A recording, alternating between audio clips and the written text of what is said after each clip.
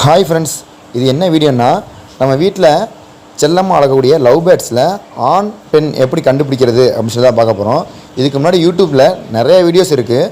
ஆனால் இது நம்ம ஸ்பெஷலாக என்ன வீடியோன்னா ஒரு பேர்டையும் பிடிச்சு பார்க்க போகிறோம். நம்மள்கிட்ட நிறைய மியூட்டேஷனில் பேர்டு இருக்குது.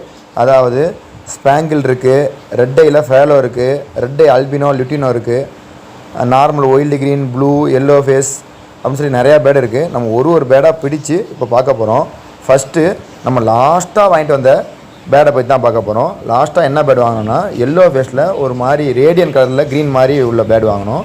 அது மேல்னு எப்படி சொல்கிறோம்னா அந்த மூக்குக்கு மேலே, அந்த மூக்குன்னே சொல்லலாம், மூக்கு வந்து ப்ளூ கலரில் இருக்கும்.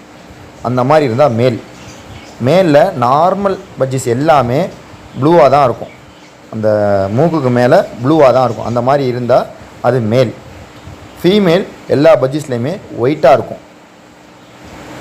எல்லா பட்ஜிஸுமே ஃபேலோவாக இருந்தாலும் சரி, spangle, wild green, yellow face, white, albino எதுவாக இருந்தாலுமே ஒயிட்டாக தான் இருக்கும். மேலில் டிஃபர் ஆகும்.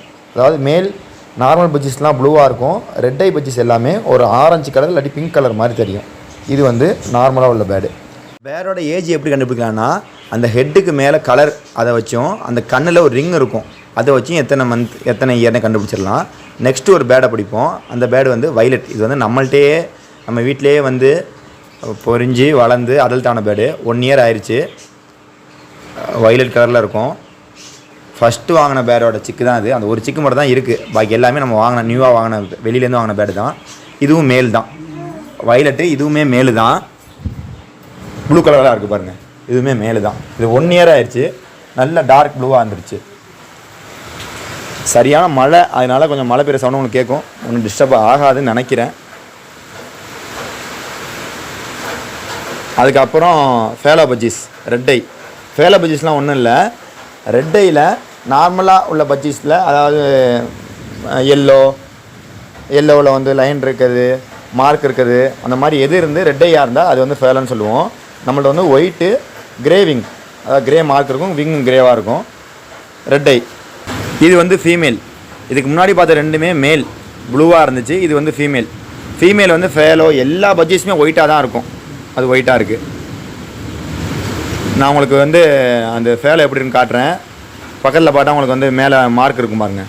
ஒயிட்டில் ஒரு மாதிரி கிரே கலரில் மார்க் இருக்கும், லைட்டாக தெரியும். அது ஃபேலோ. Next spangle. இப்போ லேட்டஸ்ட்டாக பட்ஜெட்ஸை சேஞ்ச் பண்ணிட்டு வந்தது ஸ்பேங்கிள்.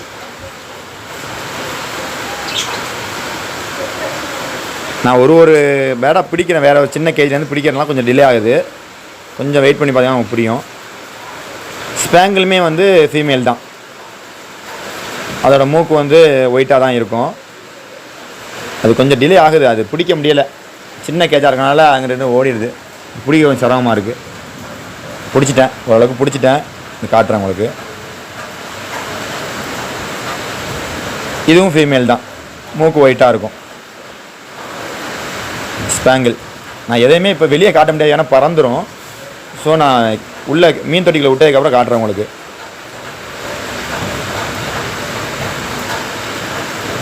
ஸ்பேங்கிள் பார்த்துட்டோம், ஃபேலோ பார்த்துட்டோம், நார்மல் பார்த்துட்டோம். அதுக்கப்புறம் அல்பினோ, அதாவது ரெட் ஐயில் பியூர் ஒயிட்டாக இருக்கிறது அல்பினோ. மேல் காட்டுறேன். அது வந்து வெளியில் உள்ள கேஜில் இருக்குது. ஸோ அது கொஞ்சம் எடுத்து பிடிச்சி வந்து காட்டுறேன் உங்களுக்கு.